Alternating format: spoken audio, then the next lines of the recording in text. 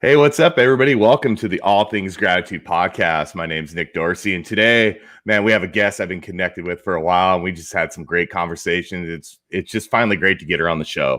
Um, she has a background in manufacturing, sales, and leadership. Her career expands over several industries, including technology, aerospace, which is keen to me, manufacturing, and life sciences. This is going to be fun, everyone. Um, she is an award-winning authority, business strategist, author, keynote, and TEDx speaker. She is the author of The Women in Blue. She is also voted the top 10 operational excellence experts in the Bay Area. Please welcome to the show, Melinda Wells. Melinda, what's up? How's it going? What's up? What's up, Nick? I'm doing well. How are you this morning? I'm doing good in the frigid Arizona desert because Are you today is the coldest day of the week. frigid So Arizona? Come on, that's an oxymoron. Are you kidding uh, me right now? we woke up to rain and 45 degrees, Oh my! which is and it was been in the 70s and 80s all week. So it's like, there's something weird going on here. But I you hope you know, got a coat. yeah, you know, we're getting that frigid Arctic freeze that everybody else is getting finally hit down here. So, but hey, Melinda, how's it going? I mean, we connected through LinkedIn and we've been a little bit on Clubhouse. We've been talking back and forth about putting some rooms together on Clubhouse. And I know we got some stuff going on in your life right now. So you've been off social media a little bit, but I mean, life's busy for everyone in certain ways and everything. So just in general, just how's life going? And, with everything going on in the world right now, life's changed a little bit. How are you making it through everything? Oh, that's an amazing question, Nick, and it's a great starter for the Mm-hmm. podcast today. For me, things are going well. I think that if we had to generalize or put this whole thing in perspective of what happened from 2020 to now, I think we are evolving. We are learning more about not just the pandemic, but really ourselves and what we're capable of, and more importantly, what is our strength.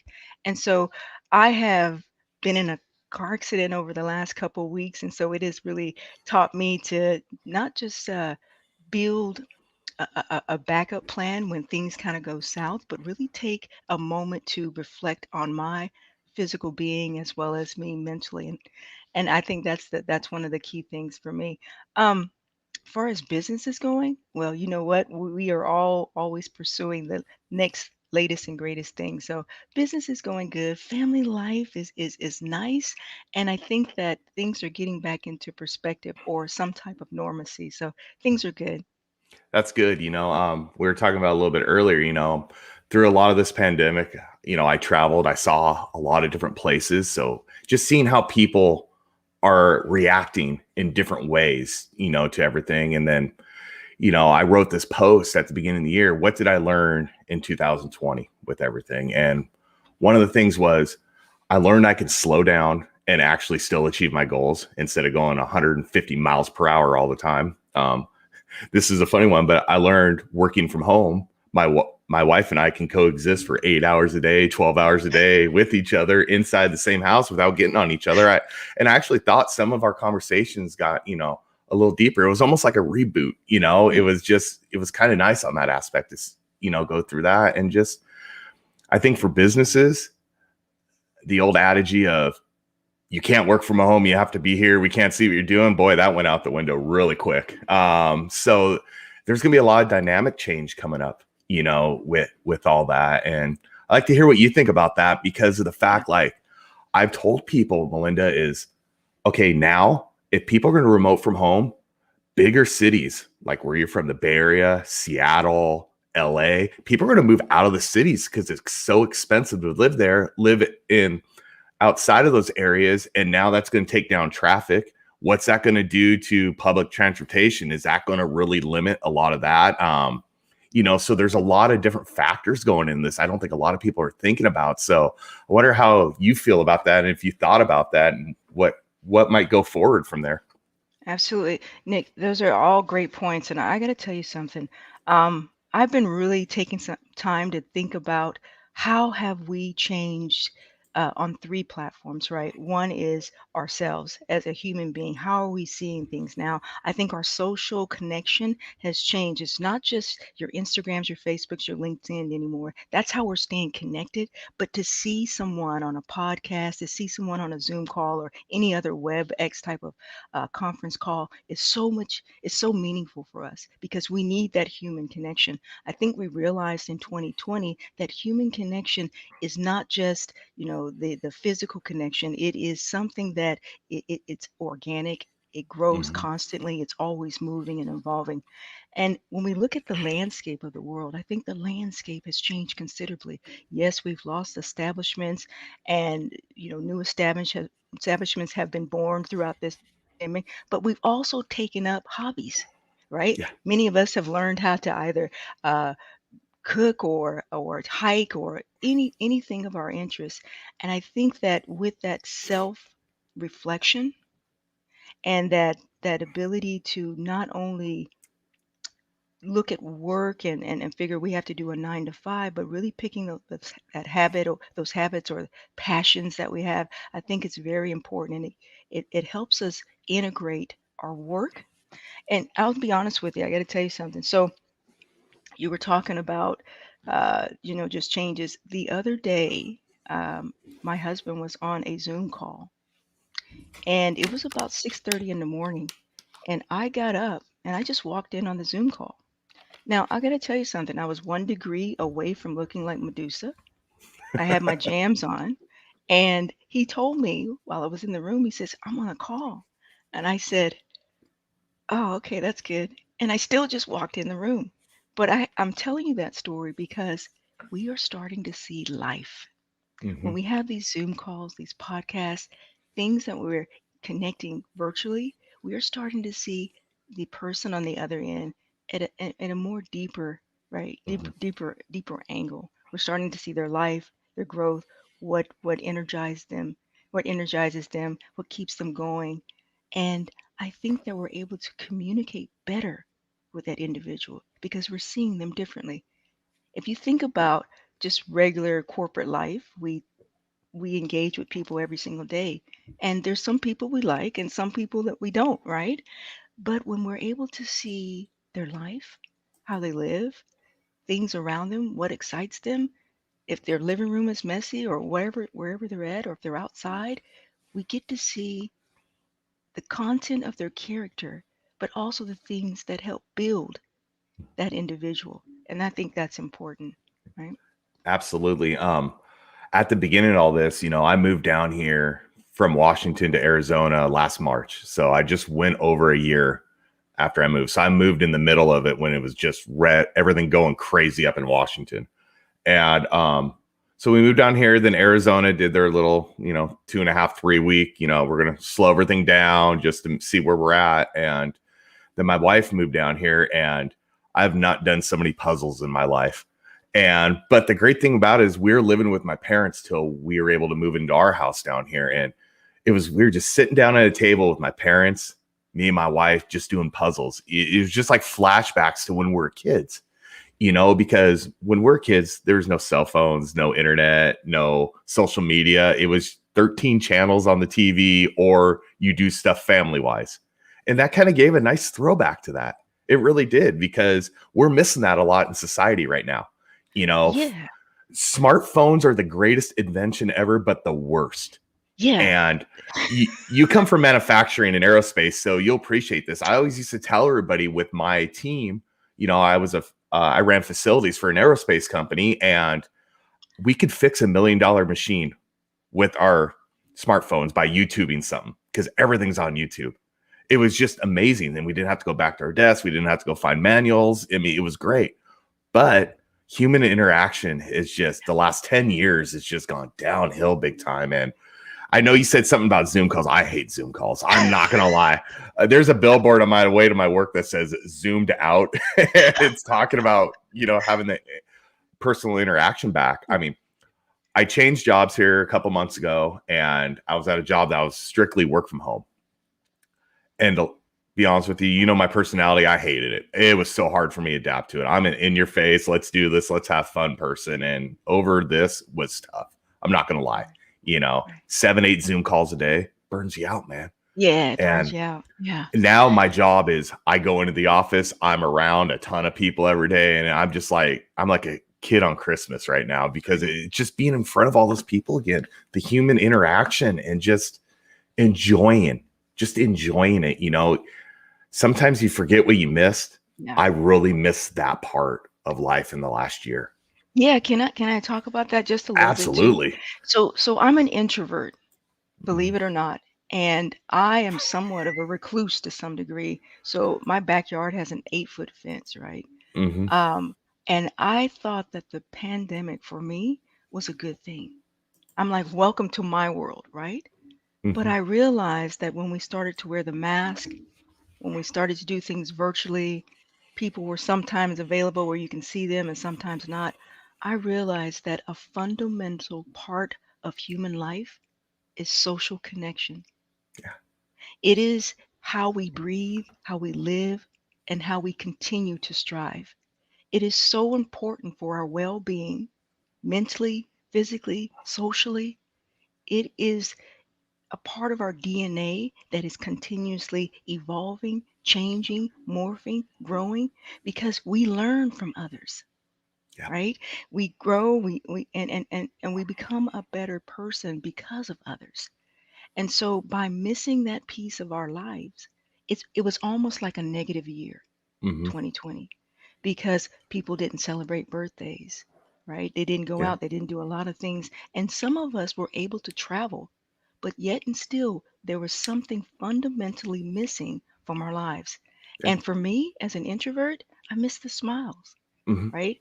I miss just seeing people, not even and kind of the mental touch that you would get when you talk with people, where you get an aha moment or you're able to, loop into a Yep. conversation like, oh, I love that. That's great, Mhm. right? I miss that. So Yep. as an introvert, yeah, you know what? I miss life too, right? Mhm. It was really strange because, like I was telling you before in the so-called green room, I traveled a lot during this pandemic and it was really hard because there are times I was on planes where there's only like 10, 15 people. And my wife could tell you, and she'll back this up 100%. When I'm on planes, I meet people. I mean, I'm talking to people, I'm just doing everything. And when there's nobody on a plane, oh my God, it's like, what do I do for 2 hours? I'll try to sleep, but it's uncomfortable. I try to stream movies, but movies on planes aren't the greatest in the world. It was just strange. And going into hotels where there was one hotel in Atlanta, Georgia. I was the only person in it. What? Yeah, and they almost and they told me they were going to close it if I didn't show up. They only had it open for me, and I was like, "Huh, interesting," And it was just stuff like that. It was weird. It was like being in Yeah, ghost towns, yeah. and I It's hate to say scary. this, but in my opinion, that's not the way humans are supposed to live. True. We're supposed to, like you said, interact, be out. I mean, some people interact more than others, but you need Yeah. that human element. You need that human on human element. You We really do. I believe so. We do, Man, but look just at us now, right? If you look at mhm. us now, things are starting to open up, and we Yeah. are starting to open up. If you think Yes. about it, right? We're able to go places, we're able to interact, we're able to socialize over food and walk and talk and grow and hike. We're able to do these things that we were restricted mentally and Hmm. physically. It was almost like a self-imposed prison Mm. that we had created here. Yeah. And it's unfortunate because every single day we ingest information, Hmm. and what that year did for us, it restricted our growth. It restricted us from seeing things, or seeing a Hmm. different perspective. It restricted us from taking things in consideration and saying, you know what, I'll do it this way because Hmm. of this information. We didn't get new information. We got the same Hmm. information. And so that same information put us in a, not a learning loop, but a learning depression, so to speak, Yeah. right? So we were depressed physically, Yeah. constantly. I mean, Inner jams. I gained 15 pounds. I love it. I yeah. started a food blog. I love it.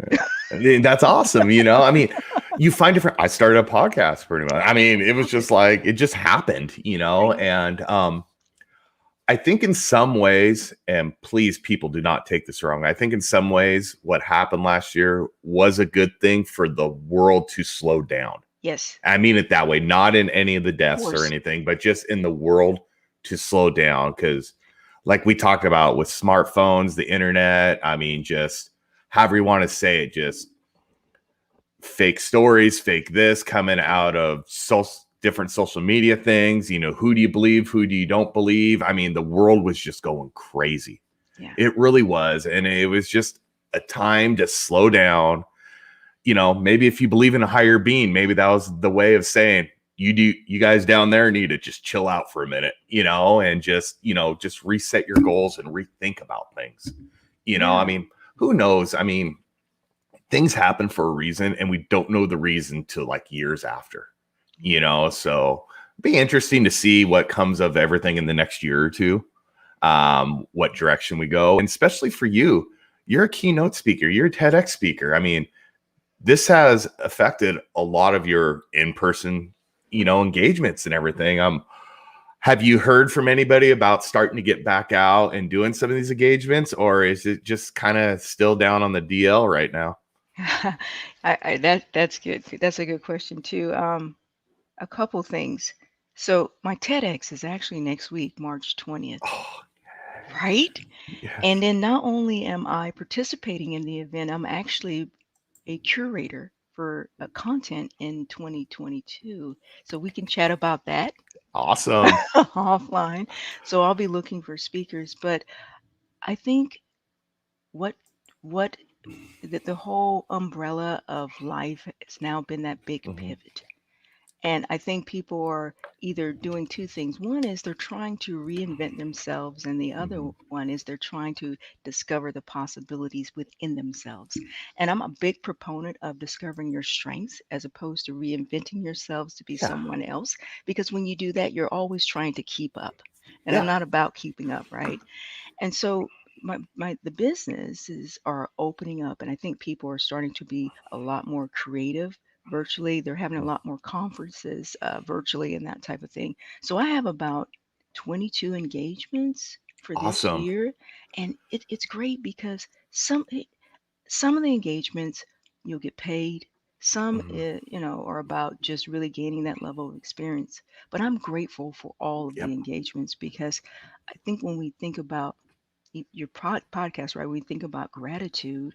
We think about not just how we want to be perceived, but really how we perceive ourselves with the interactions that we have on a daily Mhm. basis, how we inspire others, how others inspire us to continuously learn. I think it's important that we look at all our experiences, both the joys and the challenges, Yeah. as something that's beneficial and needed in Mhm. our life, Mhm. right? It's I a, like it's a when part of our growth cycle. Yeah. I like what you said there about because I'm brought into different companies to rebuild departments and rebuild culture, and I always tell them we're not here to reinvent the wheel. We're here to improve it, because no matter how bad a culture is or how bad a department is, you still have a foundation there. It's just it got out of whack somewhere along the line. So you got to figure out where it got out of whack, and you go to that point to improve it. You don't go all the way down the bottom. Sometimes you have to go all the way down the bottom, and that's difficult. But especially when you have a huge company, but I mean, a lot of times there are solid foundations. There really is. I mean, the meat for what it was meant to be and everything is good. It's there. There's good mission statements. There's good vision statements. There's good value. They just don't know how to give it back to people. They don't know Oh, how to yeah. share that, So it's not reinventing the wheel. It's just improving it. I mean, I tell my team that all the time. We're just here. I'm not here to change you guys. No, I mean, this is the culture that's there. I'm new to this area. I'd be dumb somebody coming from the Seattle area to come down to Arizona and tell you how to change. That Right. doesn't make sense. The environment's totally different. So I'm Yeah. here to learn from you and help you improve your skill set and help improve you be better as a team member and maybe progress up the line.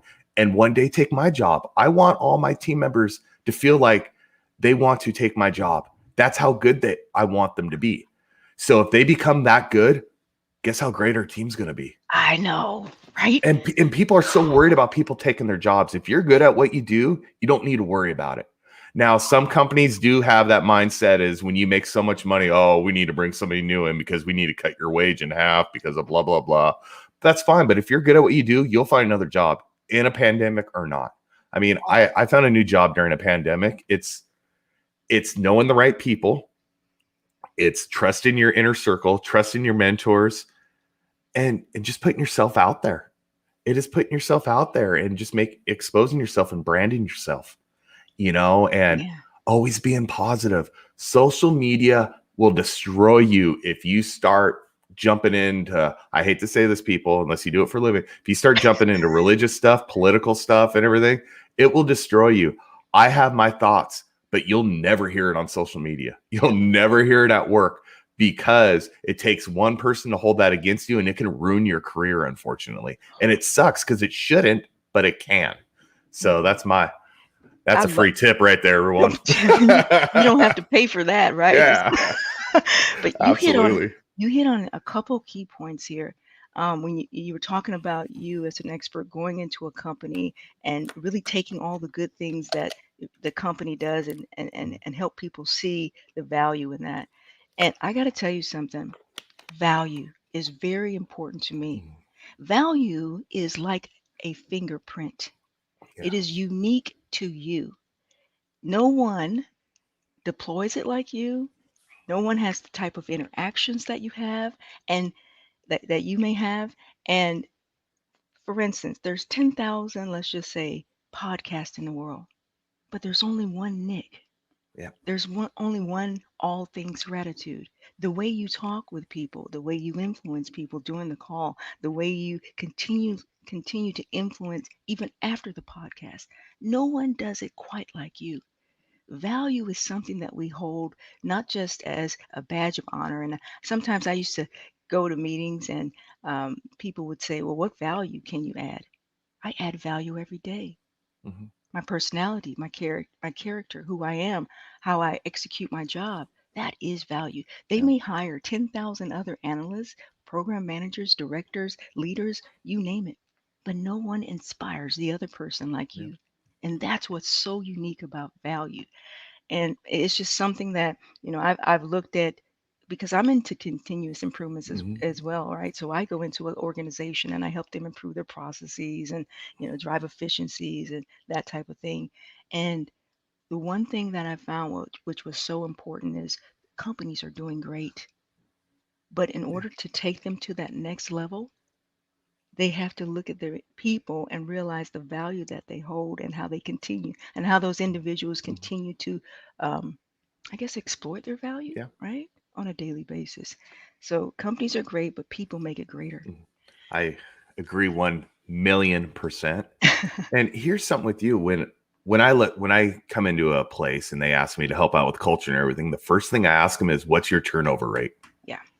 And they're like, "Huh?" I'm like, "Seriously, if you have a high turnover rate, there's your problem because that means there's something wrong with the culture." I go, "It doesn't mean it's 100% bad, but there could be a couple bad eggs somewhere in there." And I'm not saying fire somebody, but I'm saying we need to find out why this department has a 60% turnover rate, let's say over a course of the year, when this one over here only has a 5%. So what's the difference? Is it the type of work? Is it the type of leadership? Is it the low pay? What is it? What is it that we have to do to improve that?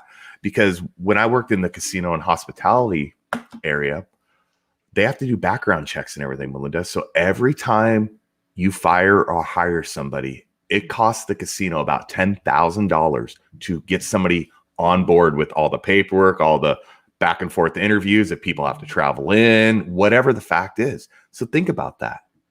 $10,000 an employee for per team member per employee. Hmm. I worked at a place, the turnover rate was close to 25% in the department. And there's 100 people, so that's 25 people a year at $10,000 a shot, $250,000 a Wow. year. When I left, the turnover rate was under 2%. And all it wasn't anything I did, Melinda. It wasn't any policies or procedures. They asked me, what was the biggest thing? What changed? And I said, because I treated them like humans. Right. That's all they Right. wanted. They wanted human interaction. And I always say, treat people like humans, not numbers. Yes. That was it. It was just going down there, tapping them on the shoulder, high fiving them, fist pumping, Bravo. telling them thank you for being here, thank you for what you do for the team. I mean, it's not hard, people. It's really not. And because people ask me all the time, I'm sure they ask you, what's your method of changing Right. Right. culture? Right. I can't answer that because it takes a personality to do it. I can Hmm. tell them, oh, treat people like humans, not numbers. You can do this, you can do that. But guess what? It takes the personality within somebody to show that to other people. Sure. People, you kill them with kindness. Seriously, you kill people with kindness, they eventually, like I say, drink the Kool-Aid. They will.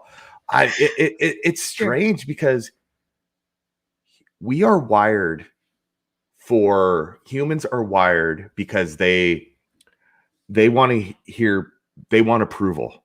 Um, we Mm. want to know we're doing a good job. We just want to be noticed. All humans are this way. You may think Yes. that or not. I'm like, well, I don't need, I'm higher up, in the chain, and I'm like, well, I don't need a data boy all the time. But guess what? When my boss says it to me, it makes me feel damn good. Yeah, it does. Yeah. And I'm at the point in my career where I don't need them, but guess what? I'm still human. It's still nice to hear it. It's still nice to know that you're being accepted by your peers or by your management or by whoever it is. So, I mean, just remember that, leaders out there. Just Yeah. tell your people how much you appreciate them, because you know why? If it wasn't for them, you wouldn't be getting paid and you wouldn't have a job. So think Oh, about yeah. that. It's not you doing it. It's the people doing the work who is actually getting you paid. I just set up policies, procedures, and scope of works and provide them with tools. They're the ones doing the physical work. Oh, So, absolutely. and you have to be grateful like that. You have to have that mentality, or else you're going to be a job hopper. You're not going to be happy, and you're going to put in a lot of extra hours that you don't need to, because you should be delegating a lot of the stuff out because you have trust issues because you don't trust your team. You need to Hmm. figure out how to trust your team. There's my Absolutely. rant. There you I go. know. I love it. I love it. I love it. I love it. I love it because that's my fuel, right? Hmm. Humble leadership. Humble leadership. It's what we need more of that in organizations. We have many individuals that are going out and still trying to be or trying to climb that corporate ladder or still trying to be the shining star or the North Star within the organization. When you realize that your people are a direct reflection of what you do and how you lead, because anyone, first of all, how you lead, then you become a better leader. And also understand that there's a lot of individuals that carry a leadership title, managers, directors, so Yeah. on and so forth. It's not about the title that you carry, it's about the inspiration that you Hmm. provide. Yeah. And I think, Nick, to your point, that high five, going out and being one with the Yeah. culture, helping them understand that, hey, you know what, I get it. I'm human. I get it. It is so impactful. It is so meaningful. You will see your productivity numbers increase tremendously when you engage your culture in a Hmm. different way that is not only meaningful to work, but meaning to them personally. Yeah. I Huge point. Yeah. I agree. And leaders, if you're going into a new company, don't go in there that your mindset is the way it's going to be and it has to be that way. Because here's the thing is, I always say, it's not my team's job to adapt to me when I first go to a new company. It's my job to adapt to them. And then we find the happy medium where it needs to be, because they need to gain your trust. If you go in there and you're pointing the finger and you're putting your foot down right away, you really think you're going to get their trust? No. And you could still do all that stuff in a way that doesn't offend people, that doesn't make them upset, and doesn't think, who's this new dude coming in? I mean, I work for native tribes and I'm an outsider to the native tribe. So, I have to, pursue things and look at things in a different way, and going in and getting that acceptance of being an outsider is tough sometimes and it's a struggle. But guess what? You just work at it and you kill them with kindness and you do what they're paying you to do. It's amazing what happens. Nick, it's not only amazing what happens, it's an amazing feeling. Hmm. It's an amazing feeling. It You is. walk away, right? You walk away and you're like, "Oh my gosh, I did it." But that's when you go from humble leadership to elevated leadership, Yeah. where you go home and you're able to take that energy that you had at work and you're able to excite the individuals that your friends, your Hmm. family. you're able to excite them and help them understand the journey that you've been on as well. And so they Mhm. get excited about your life. They get Mhm. excited about the things that you do. And that only feeds you even more. So when you go on your next gig, you're even more, Yeah, absolutely. ramped up. Yeah. Oh So man, we can talk forever, I'm Melinda, on telling you, this I'm telling stuff. you, I'm telling you, I'm telling you. Really quick, I want to Sure. get this in there for you. Let's talk about your book, The Women in Blue. Let's tell Oh, everybody what it's about, oh and gosh. what made you, after you tell us what it's about, what what made you go out to write a book? Yeah. Everybody has such a different story when it comes to that. What inspired them to do that? So, I love that. The Woman in Blue. It's actually a short story within a educational book called Multicultural Perspectives in Women's Lives. And Nick, here's a little something something about me. So my first language is Portuguese. My second language is German, and then English, and then Korean. I read, write, very fluent in all mhm, four. And I was actually transitioning out of the military. So I was in the Air Force for a period of time, and I was transitioning out. And I said, there's a lot of things that happen when we transition out of the military that are unknown, and they are kind of golden nuggets that we need mhm, in order to be successful in the corporate life. And so let me just write a little something about that. And my experience was unique because I actually was positioned in the military to, you know, take from what we call NCO, non-commissioned officer, to an officer program, and they put me on this fast program, right? It's really quick program to get there, and I stayed in the military for about 6 years. But my experience is unique because I actually was um, recruited from Germany. I decided that I didn't want to. First of all, I came to the United States. I was talking to my stepfather, and he says, "You know what? You got dreadlocks. You're in this singing group. I don't know. I think you need to go in the military." And so I didn't really think anything of it. And I wasn't really communicating well with my parents from just speaking with them because of my language issues, and then also just interacting with them, right? But I'm thinking about it as a teenager. I mean, what kid really does communicate well with their parents? I yeah, don't know. Anyway, um, so I went in, did the delayed enlistment program, and then the delayed enlistment program is about 6 months. So the military calls on you in about 6 months, and so I went back to Germany and I changed my mind. Okay, so the military thought that wasn't a good idea to change your mind, so they actually came to get me. And so I talked a little bit about not only the transition in my short mhm, story, not only the transition out of the military, but really my life before I went in the military, how people were torn with the decisions in their life. And I think we all go through that every single day. So I thought that was relatable content that we can use, and people can continue to use. And the transition from corporate from Air Force Blue to corporate gray is not just a transition physically from the military, but really a transition mentally. You have mhm, to change your mindset. Camaraderie is a little bit different in the corporate world than it is in the military. How you engage with people, how you continue to show excellence is a lot different than what you do in the military. So that is what the book is. That is what the short story is about. And I awesome. have a book actually coming Yeah, out in July called Surge. awesome. Yeah. Excited for you. That's I'm e- I, awesome. I'm excited too. We'll see what happens. I'm only on Yeah. chapter one, but no, I'm just joking. Yeah, I'm it's all joking. good. Yeah, man, you better get going. Yeah, I find it awesome because English is like your third language. It's my Yeah. first, and you master it better than I do. So hey, it's I amazing. don't know. I don't know. I don't know. There's some words. You know what? I got to tell you a joke. I actually confuse often, and I've done this for Yeah. years. My uh, ankle, believe it or Hmm. not, and my wrist. Yeah. Use the wrong word. My Yeah. wrist, Wrist. Yeah. ankle. Hey, I I use do it it all wrong. the time. You should see me try to pronounce some of the people's names who come on the show. I'm like, hey, we're in Dude, the green room. I'm saying it like 20 times. dude, And we get to the show. I'm like, dude, blah, blah, blah. dude. And they're like, That's well, damn, hilarious. close.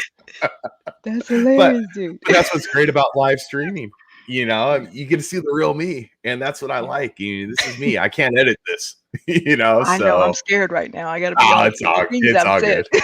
Yeah, it's all good. So, I mean, there's a couple people here watching, so people are doing great. Thank you to everybody in the comments. I really appreciate y'all. We both do. So, Yeah, what are you looking most forward to this year? What are you just loving and what you do with your career and life? Maybe that's a better way to put that. yeah, I love that. I'm looking to continuously learn and to continue to inspire others. As a child who was bullied, majority of my life, as a child all the way up to my 20s, I realized that at some point in my life, I started to believe that narrative that I was not good enough or that I would never amount to anything. So I accepted a label of, a loser. Mhm. So my hopes for 2021 is to inspire people who feel like they don't belong and to learn from them how they have either continued to strive or how they continue to um, build a foundation to stand on, right? So that's my hope for 2021. Yeah, I can talk about business. I can talk about a lot of things like that. I mean, that's superficial. Those things will come. But I think grounding yourself internally is important for success. Mhm. Success. We often try to pursue various things in our life, and I was told this a long time ago. Is in life we wear a lot of hats, right? Mhm. Whether we're working for a corporation where we're, you know, or a planner, a director, analyst, program manager, we wear a lot of hats. But it's not the hat that's important, it's the coat that we wear. Yeah. With every job that we take or everything that we do, there is something fundamentally unique to us. How we help people, how we pay gratitude, how we show people that they're important. With every hat that we've worn throughout our life's journey, we've done that. It doesn't matter if we were a Mhm. planner, a business analyst, or whatever. And so I'm really starting to kind of cozy up to the coat that I have, Mhm. the ability to continuously improve and help people, and and it feels good. And so Yeah. I would like to continue that in 2021. Awesome. I think that's why we get along so well, is because I didn't know, I still don't know what my life purpose is, but I'm starting to see a better vision of it, Hmm. because people are telling me all these things. You got to, Todd DeWitt, remember Dr. Todd DeWitt, great guy. He told me, you got to tell your story. I'm like, is my story that inspiring? And he's like, yeah. And I'm like, why? Because it's me. And I don't think it's a big deal, but he goes, you're going to help somebody and it's going to help them, and just very briefly, basically, I'm a college dropout who loved partying, and I dug ditches and drilled holes for 2 years, and finally I had the coming to Jesus talk by one of my bosses, and all of a sudden I've made it all the way up to an executive level position in companies, and help rebuild companies. And it was just, he goes, you can inspire people because there are people who go through the partying stage, who are drug addicts, who come out of it, who need those people to see that you don't need this Harvard degree or this degree or that degree to be successful if you really put your mind to it, but you have to put the dedication to it. It's just not going to be handed to you. It took me a while to get to those positions. I mean, it took me 16, 17, 18 years.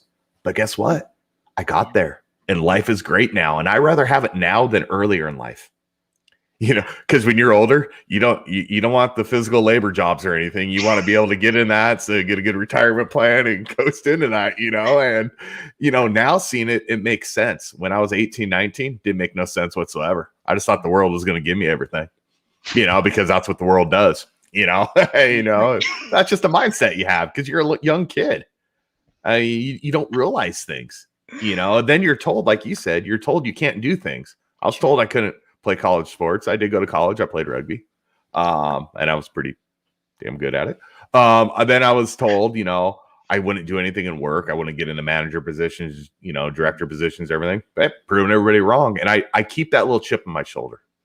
Love it. So now my goal is to help people, especially the people I work with, and train them and mentor them to get into my position.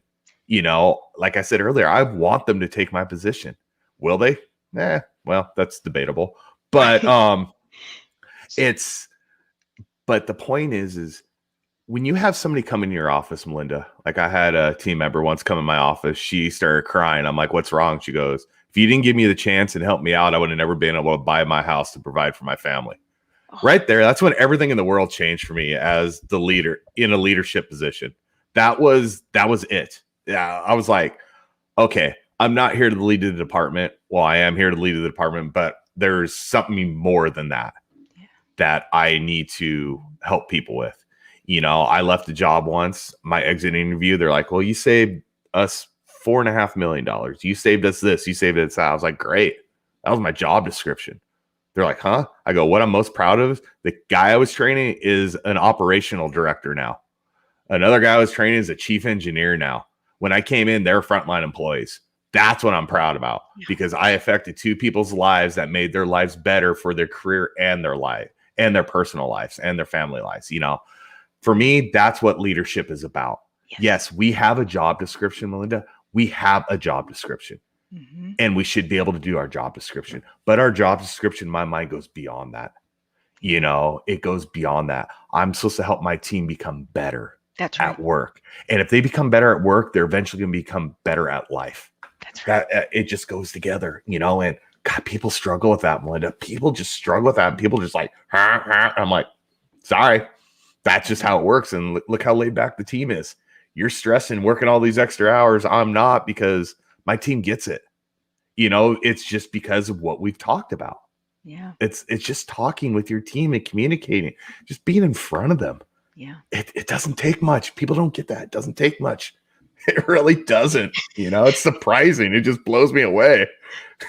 I love that, Nick. You and I are just kindred spirits, and it's interesting because you said you carry a chip on your shoulder.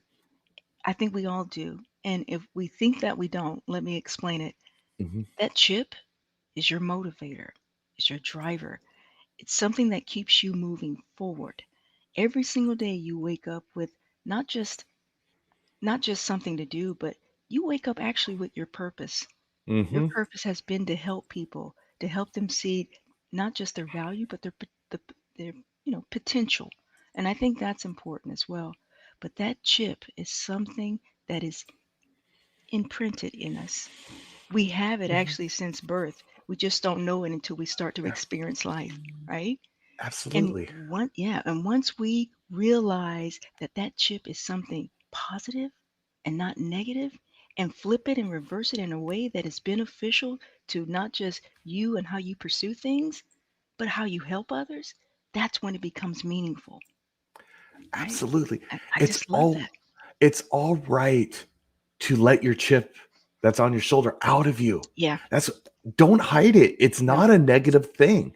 right. And the thing is, if you surround yourself around the right people, like I always say, I have a lot of acquaintances. I mean, I have a lot of connections on LinkedIn. I Am saw. I friends with every one of them? No. Um, they're there. It gets my brand out, which is great. But listen, there's an inner circle about this big of people I trust. That's it. That I fully trust. And it's nothing against anybody else, but you have to keep that circle small, Yeah, or else people are going to take advantage of you. Friend Wasim, Wasim, yeah. and he once told me, and it makes it right, and you can work at anything. He goes, if you want to become a millionaire, you have to surround yourself around 20 millionaires and copy what they do. And that goes with anything. If you just want to be a good leader, surround yourself around 20 good leaders and pick their brains. My Mhm. mentors, I picked their brains for 2 or 3 years, and it was the greatest thing I ever did. I was mentored slowly into my positions. And would I want to get there faster because, rate of pay and all that stuff? Yes, you would. But guess what? It turned me into who I am today because that process. And one of my mentors took me in my office when I got a manager position. I think it got to my head a little bit, and he sat me down. He goes, "What the F are you doing?" And he tore into me. I'm like, "Damn, Jeff, I thought we were buddies here, you know?" But We're I homies. realized he was being a buddy to me. He was, because he was protecting me from what I was doing. And you know what? It made sense, because Good. I was open-mindedness enough to listen to him. I opened my mind to listen to him. I didn't put that wall up and said, "Stop attacking me," Yeah. because he was in my inner circle and I trust him. Oh, That is huge. yeah. People, please find those great mentors or that inner circle. It can only be 2 or 3 people, maybe, but find those people you really trust. I Yeah. mean, that are there for your best interests, not theirs. That's the biggest thing. I mean, I love that. I my love that. mentors aren't in my industry. They used to work with me, but they're not in the industry now. So if they're giving me that advice now, Yeah. they're gaining nothing off of me. Think about that. They're just doing it because that's who they are. And Mhm. that's why I stay so close to them, because there's no competition for who's working where, who's doing what. They're very well established people. And guess what? There are people out there who will do it for you, everyone. There are. Yeah. You just got to find them, and you don't have to pay them. It's cool. That's what's good about it. Yeah. That's what's good about it. You made you. I just remembered a quote that I wrote in my upcoming TED Talk, Mhm. TEDx talk, and it says, "There are people that you invite in your life that agree with everything you say, but it's more impactful to invite people in your life that don't agree with everything you say." And so it brings me to the point where this person calls you to the room and he's like, "What the heck? What's going on?" Right? He was that individual that gave you the real feedback. He took the time to critique you, to give you feedback so you could grow. Mhm. And I think that when we think about social media, and we think about the interactions that we have on a daily basis, we need both individuals Yeah. in our lives. We don't need a person that just gives us golden stars all the time and tell us that we're doing great when we're not. We need that other feedback. That other Mhm. feedback helps us grow, helps us step outside that box, and helps us when we engage with others, it helps them grow because we're able to teach them as well. We're able to pass it Absolutely. on. So by him bringing you in and said, "Dude, this is what's up," because you're like tripping right now, made sense. Mhm. It made sense because look at you now, right? You're It's able to just pay it forward. there's so many different, people that it's not that I take their advice 100% every one of them, but I take little tidbits from different people Hmm. because I'm not them, they're not me. So, and I want to make my own unique way. Like with you, you probably want to make your own unique way. I mean, why would you want to be a carbon copy of somebody else? You don't. My style is unique, and that's why it's hard when people ask me a question, "What do you do?" Because Yeah. what I get told all the time is when I walk into the room, the aura changes because I'm just, I'm just that person. I can't Right. teach that to somebody. I can't. That's just Right. who I am. That's my personality. Now, I can give pointers on how to treat people, different way. Hey, interact in certain ways. No, be able to read people, be able to read. If somebody's having a horrible day, that's not the day to pile on them. That's not the day of pop. Bring them in the next day and let's have the conversation if it can wait to the next day. Don't pile on them on their bad day right now. If 2 people in the shop aren't getting along that well, take them off the same job and just separate them for a little bit. Let it cool down. Don't be like the idea. Oh, they're adults, they can figure it out. That Right. is true, but at the same time, human emotion takes over. Of And course. sometimes human emotion is I want to punch that guy in the face. And we just don't want that to happen because then that adds more paperwork for me too. And I just don't want to deal with all that stuff. So, if we could separate them for a couple hours, life will Sure. be okay because it will probably cool down. It most likely will. And it's Right. just I hate the saying when you talk to leaders that say, "Well, I need to be in the shop. Oh, I'm just too busy." That is a bunch of BS. And I'm going to tell you why. Is because if you're a good leader, you'll find time, number one. And if you're a good leader, you'll hire people and delegate work to those people that you shouldn't be doing. You should be doing more of the higher end stuff, not planning these little things or worrying about this. You should have good people. You should have a solid number two who is taking care of all those things. And if you say you don't have a solid number two and you hired that person, then you did a crappy job hiring people. That's all I'm going to say. Because Steve Jobs, I believe, said, we hire people just as smart or smarter than us. That's right. And that is absolutely true. Yeah. I have electricians on my team. I have HVAC techs on my team. I know that stuff, but that is not my background. So I hire the people smarter than me who are on our team to do those things. They are smarter than me. They get the job done. That's the whole point. Then you delegate that work to them. I mean, you hire a great assistant manager, a great assistant director. You hire somebody that you can train to come into your position and teach them how to do the everyday stuff, to teach them how to do, let's say, these type of models or whatever, and slowly teach them how to do all the budget stuff, because that's where I should be concentrating more of my time on, is the budget, is the big capital stuff, is the big, future of the business. Yes, I'm part of the day-to-day, but mine should be more reflected on what the future is going to bring and how we're planning those projects out, how we're doing those things. You have somebody to run the day-to-day stuff inside. That's just my philosophy on it. And businesses that do that really excel. They really excel. Yeah. It's right. It's right too, because if you think about it, I think we have what we call an unconscious fear within us, right? Where if we feel as though if we teach someone how to do our job, we actually lose something. We lose this kind of proverbial spotlight where people are not looking at us any longer. We're not perceived as the expert or the go-to person. People on our team are. And I think there's a fear because, going back to your point earlier, we want to be told, thank you. We want to be told you did a great job. And when we're not told that, we don't feel valuable. But the way you approach it, go ahead. I'm sorry. Yeah. No, I like this. Good. It's good. We can talk all day. I love it. I hope it doesn't sound conceited, but my philosophy is, hey, if you're going to let me go, screw you guys. I mean, that's your guys' loss. I'll go help somebody else out. And that's just my philosophy. And I don't say that to them. I don't want to be like I'm conceited or anything, but I'm very confident in what I do and my abilities. And that's the thing. I think people lack confidence. And there's a line between being cocky and being confident. And you have to know where that line is. I'm very confident in what I do. I'll tell people I'm confident in what I do, but I don't come around like you're lower than me or you're this, because my team's not. I'm no better than anybody on my team, Melinda. I may deal with the politics, the paperwork stuff, all that stuff that you have to deal with up in higher management, leader stuff.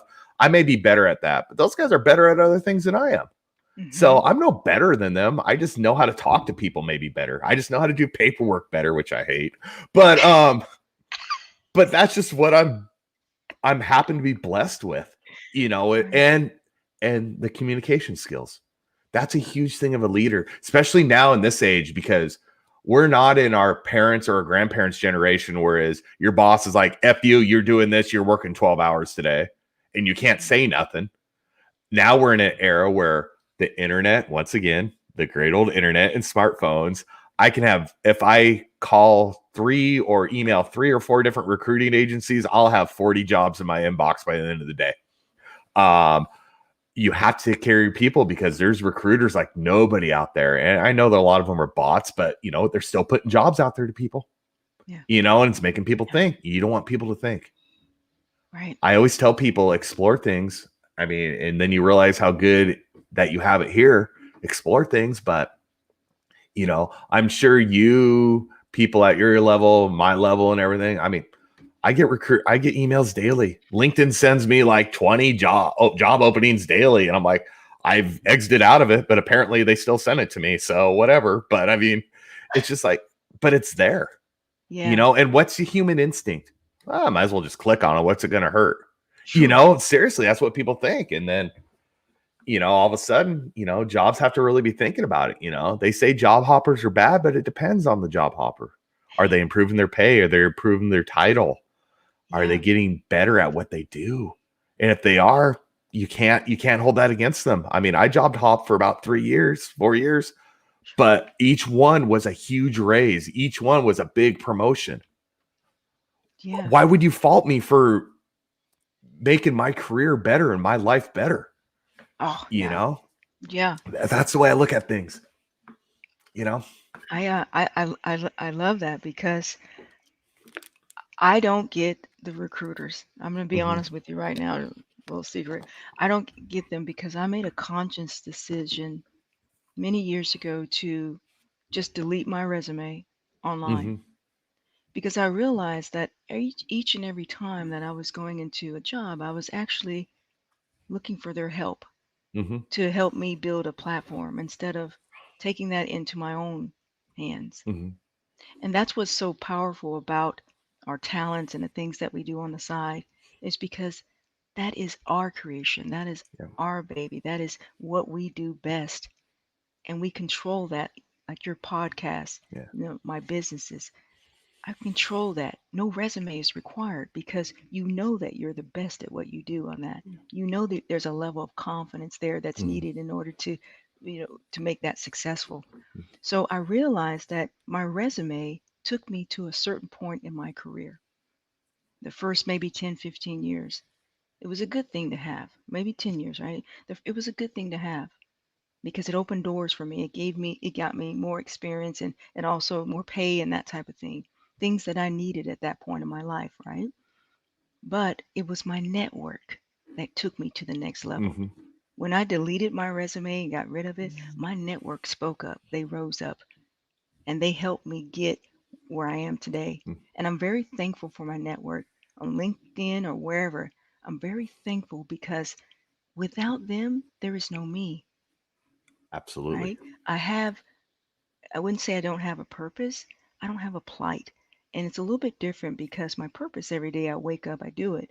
But a plight is something I get online and I'm able to express myself in such a way which relates to them. Hmm. So I appreciate my network. So I don't have a resume at all. So if a company calls me, I guess I'm SOL because I don't I I know a don't guy. have His name's Curtis Tompkins. He can help you out. Job ready today. I know. My buddy. I He's my love it. man. I Yeah. love it. I love it. So yeah, I don't have one. But I don't think that at some point you realize, and Nick, I'm sure you've realized this as well. Your network, the people that you've touched at organizations, will speak on your behalf. Hmm. And Yeah. they're the ones that are going to get you that dream job. And they have continued to do that throughout your career, if you think about it, right? Because each and every time you've gotten better, each and every time you reach even higher. My my last four jobs. I know it sounds my last four jobs, but they've reached out to me. There you go, right? I have a Exactly. recruiter. I have one recruiter. I totally exclusively use. She's reached out to me twice for a job, and one found me on LinkedIn, and another one found me because I worked with them before, like years Yeah. before. I mean that, and that's the thing is, you are correct. I mean, I don't have my resume online anywhere or anything, but when your LinkedIn network grows as rapidly as mine did for a little period of time there, my goodness, people find you. It's just like, and I'm like, who are you? It's like some of these messages, like, damn. I just like, it's We are, cool. I was just like, if I can help one person, that's the way I look at it, or one person can help me, they can change my life, but I mean, it's nuts. Hey, we're yeah. approaching an hour. I want to be able to put this on Instagram, and I don't want to edit. So as we're zooming out of here, Melinda, let Sure. everybody know where they can find you. Where's all the fun places they Yeah. can find All the Melinda? fun places. Well, you can find me at melindawells.com. You can also find me on LinkedIn, IG, Facebook, and it's all the Melinda Wells. So very easy to Yep. remember. And you know what, Nick? I got to tell you, it's been a pleasure. So Thank thankful for you. you having me here today. And we got to do this again. And Yeah. at some point in time, we'll do that clubhouse session.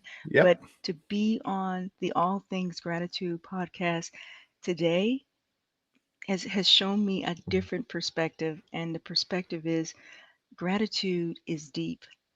And a lot of people may think it's superficial. It's just something that you say thank you to or that type of thing. But it's deep and it's far reaching. It's something that permeates from within. And today is just it's a very humbling day for me. So I certainly appreciate everything about the show You and so on and so forth. So this has been amazing to me. So thank you. Thank you, everybody. Melinda's web page and her LinkedIn profile are down in the comments. So go check it out. Go click on that. Go find her. Find me on LinkedIn. Find me on YouTube. You find me all over the place. Anchor, all the fun places. So this will be on Instagram later. So everyone, thanks for tuning in today. Next week, Chase Baker will be on the show, the Fan Controlled Football League. Interesting to hear what went on with that this year. So everyone have a great weekend. Melinda, thank you so much. I appreciate you. And have a good one, everyone.